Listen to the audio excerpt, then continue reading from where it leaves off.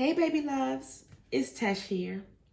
The other day we were live on YouTube and one of my followers had asked how you could know if you're communicating with a positive ancestor or a negative ancestor.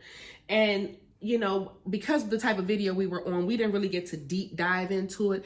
I made it clear to her that she necessarily didn't have to work with ancestors if her ancestors weren't positive or weren't people that had her back in a previous lifetime. You don't want to work with people that weren't necessarily on your side. You want to be around and have people and energy around you that want you to win and is cheering you on and can lead you down the right path. Okay, so that's one of the things. So that's one of the main things that I was trying to explain to her, but I wanted to get deeper into that topic and I figured I'll make a video about it so we can really deep dive. So the first thing you start experiencing during your spiritual awakening is communication with spirit on the other side. Your veil lifts, and that's the first thing that usually happens is you'll start experiencing synchronicity. You'll start having certain feelings. You'll start feeling and becoming empathic, okay? And you'll feel what the person next to you is feeling. You'll feel what the couple across from you is going through. You'll start being able to feel what the cashier, you'll be able to pay attention to the energies around you way, way better. Then you'll start hearing and seeing things and it'll be hearing it in your mind's eye, okay? And that is also spirit communicating with you through telepathic communication. Then on top of it, you'll have the synchronicities that will be naturally happening in your life that will show you, hey, we're all around. God is everywhere. We are everywhere. So pay attention to us, okay? And during that time, the first spiritual gift that you're being tested on will be discernment.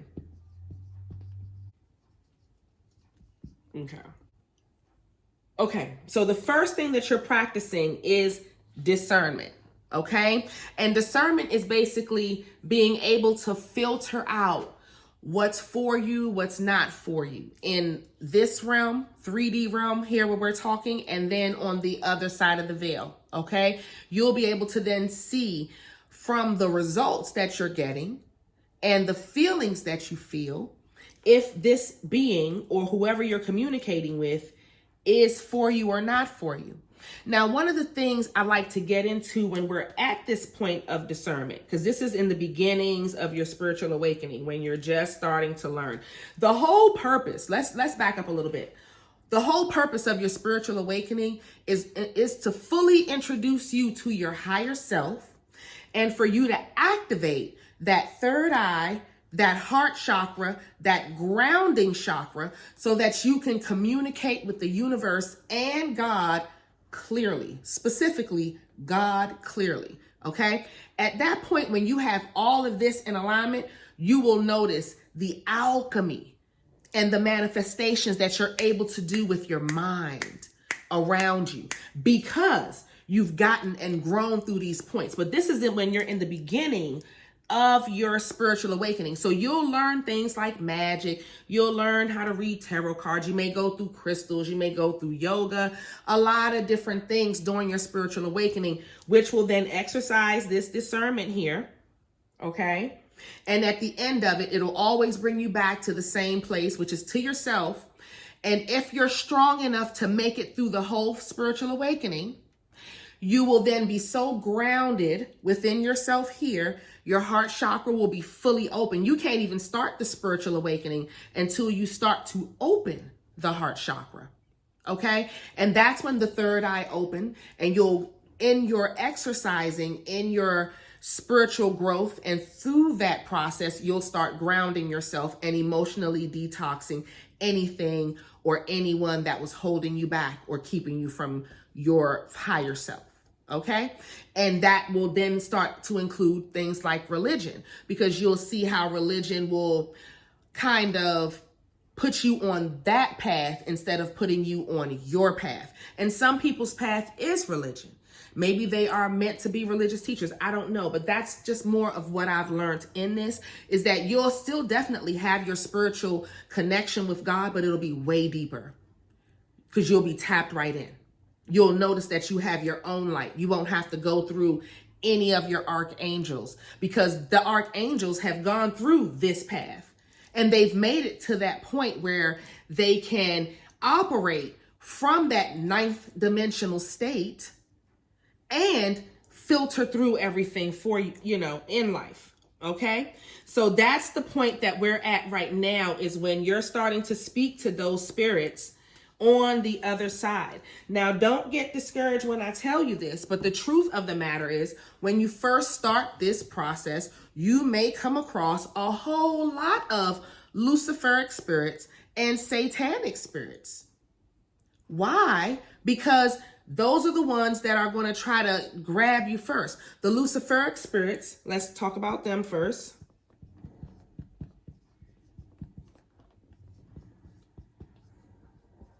Those are our light beings. You thought they were the devil. No, there are light bearers on the other side. They're the ones that teach you your gifts. They're the ones that remind you of your gift. The problem is, when they come towards you, they remind you of your gift, and then you kind of just roll with it. By the time you look, you're a year or two down the line, you done opened up a business in the gift, and it ends up not being something that you want to do long term. So those are the tarot readers, the abundance of tarot readers that you see on YouTube. It's a lot of them. And it's because they followed that Luciferic spirit, which is they've learned how to talk to spirit on the other side. Okay, and tap into energy on the other side, which is something that they knew in a previous lifetime. Nothing wrong with that. But then that may not be your actual purpose on this earth. Your purpose on this earth may be something else, but you're busy following that path. You see what I'm saying? I'm in my purpose. I didn't know how I got here. This wasn't something I asked for. I didn't want to do this. This is something that God led me to. You understand what I'm saying? It's a difference. But when you start this process, and I didn't get here, I was still doing my business when I first started my spiritual awakening. I was still giving to the world freely. That's what I was doing, was giving and giving and giving, and not receiving on the level that I was giving. You see what I'm saying? So now I don't give, I give on the level that I receive, and it's with me and God. So God pays me. I don't worry about y'all, but I do charge y'all because y'all are here, and don't nothing come for free if it's going to be appreciated. That's something that I learned also. Anyway, so you'll deal with these Luciferic spirits. They will teach you. This has nothing to do with spirit, dark work. This has nothing to do with Satan. This is all about learning about your light, learning about who you are innately. Okay. You want to follow your Luciferic spirit, but you don't want to follow them down the whole path, because they will keep you just getting deeper and deeper and deeper into spirituality. And spirituality doesn't necessarily pay the bills in the 3D realm, not all the time. That's why you'll see a lot of shamans or a lot of people who are healers struggle a lot, because a lot of people take advantage of that gift and they haven't learned to teeter on the other side of it, of the realm, where it's like, okay, but I still live here and I still got bills to pay, and I like to dress nice too, and I like my kids to have fun too. You see what I'm saying? It don't have to be a giving of your life where people just take and you don't receive back. That's actually a karma that a lot of us healers come into this world with. And those Luciferic spirits, a lot of them are living that out on the other side, which they will then pull you into that energy. And you don't want to be that, okay? You want to take your gift, you can remix it, use it for your bloodline, make sure that you've learned it so that you can use it in this realm and do what you need to do. But it's not necessarily something that you need to be turning into a business per se. Okay, God will tell you if that is what you need to do, because everybody isn't supposed to be doing magic. It's really not for everybody. So you'll see people jump into it. They'll be able to manifest, and then the universe will kick them right out. Okay, so Luciferic spirits will get you to that point. But again, this is the universe helping you practice discernment. All right. starting to exercise that. Other spirits that will come towards you are satanic. Satanic spirits will be dark beings. And they will lead you to black magic, to wanting to hurt people, to wanting to hurt the world. Those are the ones that when you see people who are going through schizophrenic, those dark spirits are on them. And those dark spirits are telling them stuff like hurt your family, hurt your kids. And they are there telling them that. And those people who has not practiced, who do not know how to practice discernment, they will follow these satanic spirits and get into things like black magic. And just like what I just said, harming their friends, their family, just doing wrong to other people. And don't get it twisted. Because somebody has hurt you and you hurt them back, that don't mean that your discernment is off. That just means that you haven't learned how to forgive and let go. You see what I'm saying? You may be definitely following some type of satanic energy that you have within yourself to follow that through, but that's not necessarily a satanic spirit leading you down that path. That's you getting victimized and then saying, you know what? I'm angry. I'm going to use my satanic energy that I keep within me. We all have light and dark in us. Don't let nobody tell you that they don't. We just saw a Christian last week casting a very evil dark spell onto other people and use Jesus at the end of it. I'm gonna keep repeating it because it just shows how quick they can jump out their skin. Okay? I'm just being saying what it is. Anyway, so this is what the satanic, you'll get visited by them usually in the beginning. Now, if you can differentiate, if you're going through anything dark in your life and you want to hurt other people and ravish other people, and that means that you've been gripped by these type of spirits in a path of sacrificing animals, sacrificing people, because it can get that far if you keep following spirits like this. Okay? You want to follow spirits that show you how to truly heal mind, body, spirit, okay? So that you can fully be in alignment with God. Again, if you have certain gifts like magic and things like that, of course you can use them, but you need to have discernment. And the universe don't want you practicing any of that until you get this part of yourself down pat. So then we have our ancestors. Okay, our ancestors are our family members and our friends who have passed on, or just people who we may not even know that are just in our bloodline that are passed on. Usually there'll be a mixture of them.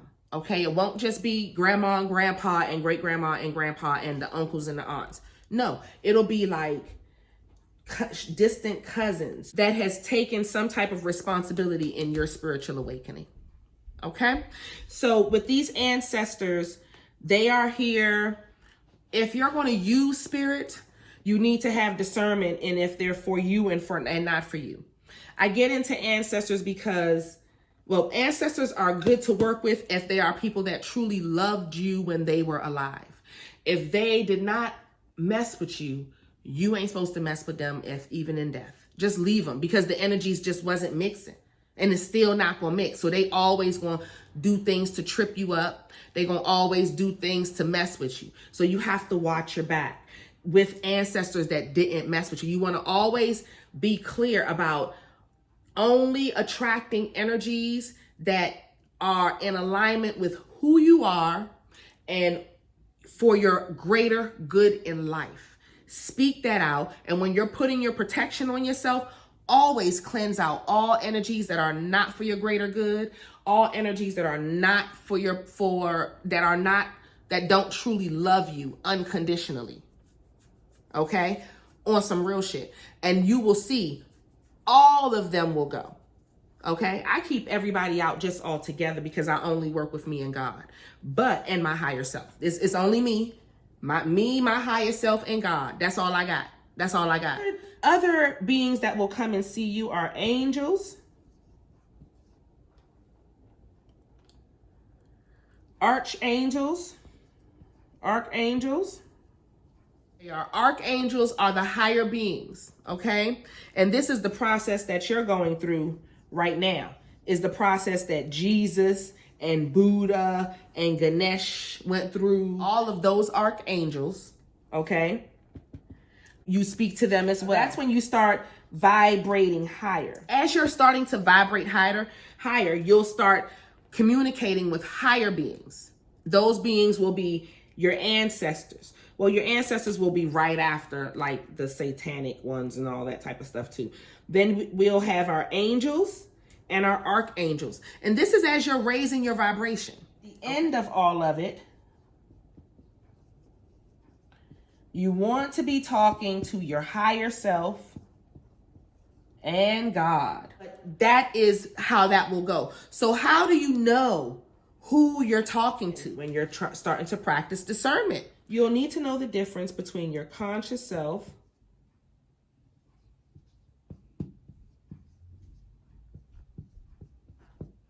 and your reactive.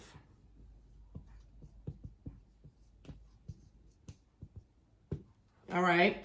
Now, your conscious self is you. You need to know if this is me causing these emotions, or is it the person outside of me causing this emotions? When I say that, for empaths, because at this point you're noticing that you're an empath, and you need to start being discerning and saying, okay, is it the person next to me that's feeling all sad and going through their emotional roller coaster, or is it me? And then when you realize it's you, then you need to figure out, where is this coming from? What is actually going on that I'm actually feeling sad? What is actually going on that I'm actually feeling nervous or frustrated or anything? Am I making sense? So that's how you'll go through that type of stuff. The reactive self is that self that's always in fight or flight mode, always impulsive. That's when you know something else is causing you to act like this. There's something else outside of you that's bringing that energy on. When you're having those type of feelings, okay, then you need to figure out exactly what or whom you're speaking to. Who is causing me to have this feeling? Is it something that's positive, or is it something that's negative? Meaning the feeling or the impulse that I'm having. If it's something that's negative, you know at that point you're around a satanic spirit that wants you to do something negative. It may be an ancestor that wants you to do something negative, or somebody that's leading you down a path that's not productive or constructive. Okay? When you're following a positive spirit, it'll lead you to positive results. It'll lead you to things that is protective of you. When it was time for me to move on from my business, I remember fighting it for months. I think I fought it for about 3 months, and the universe was like, well, we're going to shut it down for you. They shut me down in December. January, I started making oils. I think it was March or May is when school shut down for COVID. And by June, I was living out here in North Carolina. It was just like that. So you'll have to feel and know and trust yourself. It's about your discernment. Now, it's hard to trust yourself when you've been making a lot of bad decisions in your life. I know. But this is the point of when the universe is testing you out, and you'll know if you're on the right path by the choices that you're making in your 3D world. Are you getting rid of the people, places, and things that are not positive for you? Are you being more counteractive instead of reactive in your life? Are you attracting more positive people? Are you feeling happier? Are you doing more positive things? And not about tarot readings and listening to them all day. You can listen to them, but it doesn't have to consume your life. Live your life and see how life goes. If it's something like nails you want to do, I always get back to the girly stuff because I need to get my nails done. You see what I'm saying? Hair or whatever, eyebrows, whatever it is you want to do, get into it. Do it. If you want to paint. But you have to learn who the message is coming from and see the results. Test your spirits out. Test them. So once you realize, is it coming from me or them? Then you can start paying attention to the results. That's the test. Test them out. And it's not about finances. Get out of the materialistic stuff that man has made. Is your higher self showing you the right way, or are you listening to a Luciferic spirit that just got you, in la la land? Are you listening to a satanic spirit that got you doing black magic on a person that didn't even do anything to you? They just fell in love themselves and now you mad. Those are the things that, you have to pay attention to. Or are you listening to your higher self? Now, once you learned all of that and you fully passed the discernment section, then the universe will give you that top up spiritually, and you'll notice that you'll get more spiritually advanced, more spiritually awakened, and then you can follow your life path. Okay.